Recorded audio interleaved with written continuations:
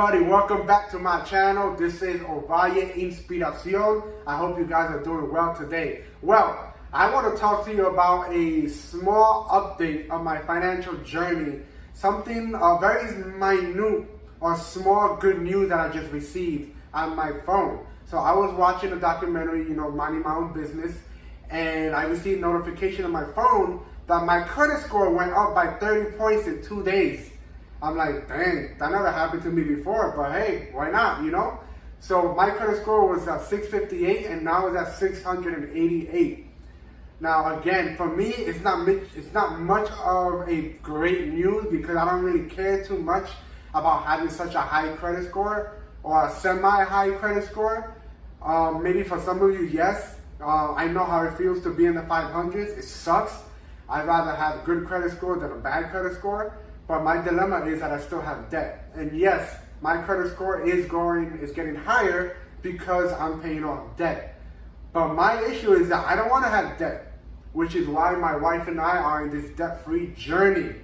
Okay? Now, when it comes to credit, I understand that you may say, how can you buy a car? How can you buy a mortgage, get a house? All these different things. Now, I would say the same thing, and I know that it's a struggle and it's difficult for many people. But at the end of the day, if you learn the areas of finance, if you have financial literacy, and you learn how to put money away and save as much as you can to pay things in cash like a car, and I know it seems impossible, but it is possible. You can do it. Now for a house, it may be different. Because not everybody has $300,000, $500,000 to pay down for a house right in the moment. All right? But to be honest with you, you do not need a credit score to buy a car. You do not need a credit score to buy a house.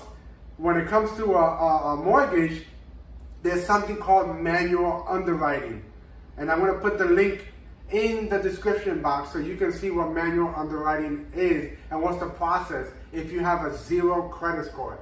A zero credit score does not mean that you have a bad credit score. It just means you have no history of borrowing money and raising your credit.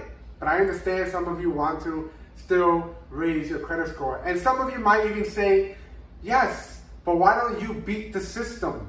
Why don't you just use credit cards and learn how the system works and don't get in debt?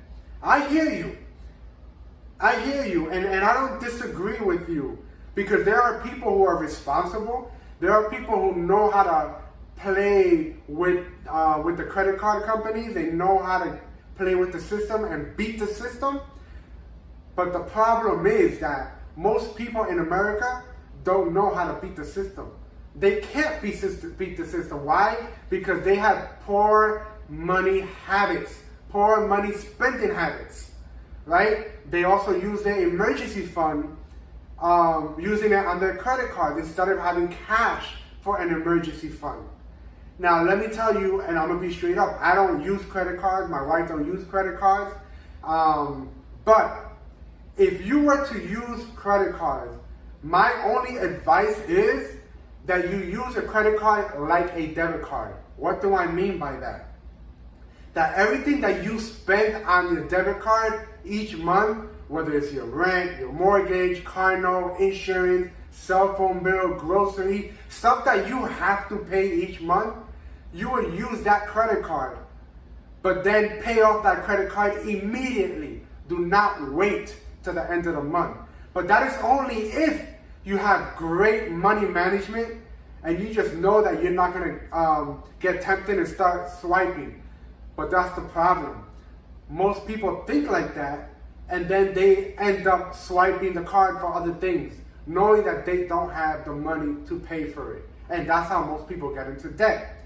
So I understand why you want to build your credit and using a credit card and be responsible, but not most people in America are not responsible.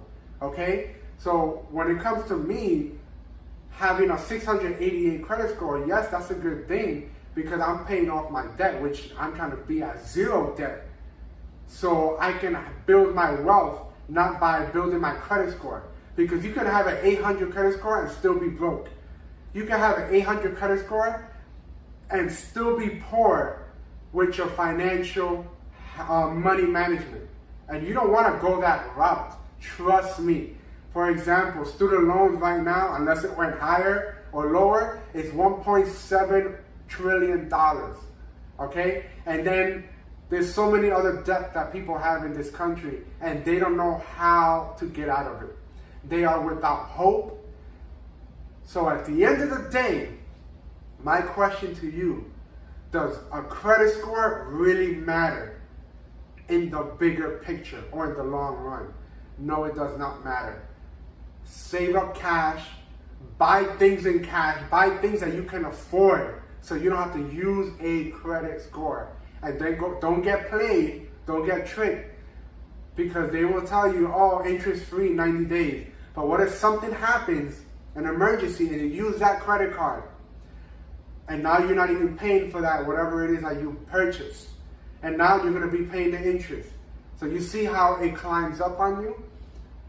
You don't want to go that route. So if you think your credit score really, really matters, I want you to really research and see if that really is the case. Please drop a comment in the comment section and tell me what are your thoughts on credit score.